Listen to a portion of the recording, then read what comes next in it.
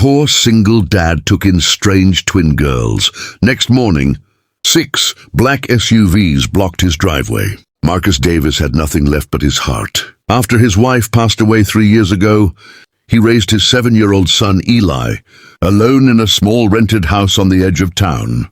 The roof leaked when it rained. The heating barely worked in winter. In some weeks, Marcus chose between groceries and electricity bills. If you believe in kindness, second chances, and the power of small moments to change lives, please like, comment, share, and subscribe to Kindness True Stories. Also, tell us in the comments where in the world are you watching from. But he never complained, never asked anyone for anything, and never stopped believing that doing right by the world still mattered, even when the world had not been very right by him.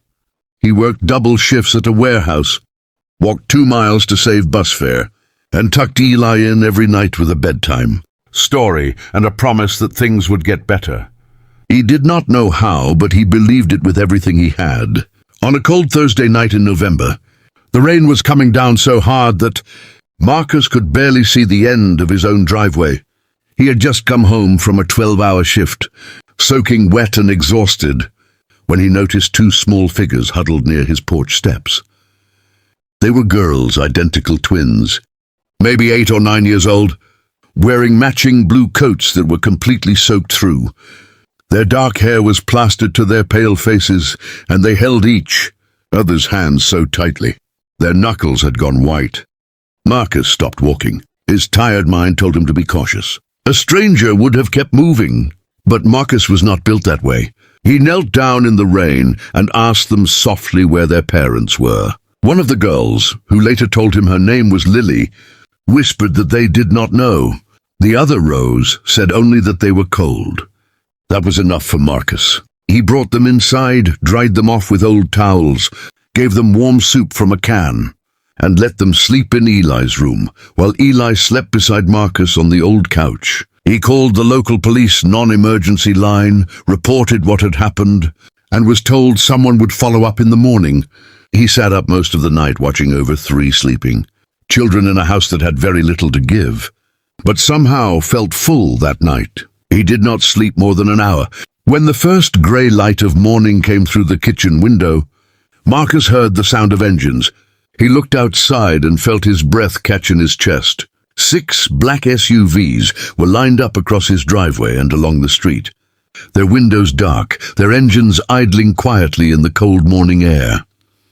Men in dark coats stood near each vehicle.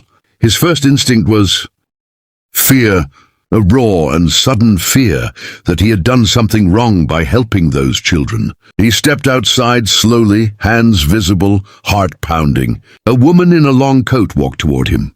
She had tired eyes and a face that looked like it had been crying for days. She stopped a few feet from him and said quietly, "Those are my daughters. I am Senator Catherine Harlow." Marcus had no idea what that meant for him in that moment. He only nodded and said, "They are safe inside. They ate last night and slept well." The woman pressed both hands to her mouth, and tears ran silently down her face. She explained that the girls had wandered away during a security transfer after a serious threat had been made against her family. They had been missing for 9 hours. Every law enforcement resource in the state had been searching through the night. Marcus had found them in the rain and done what any decent person should do, which in the world they were living in had become something almost rare enough to call a miracle. Senator Harlow shook his hand for a long time. She looked at him the way people look at someone they will never forget. Within weeks, Marcus received help he had never asked for.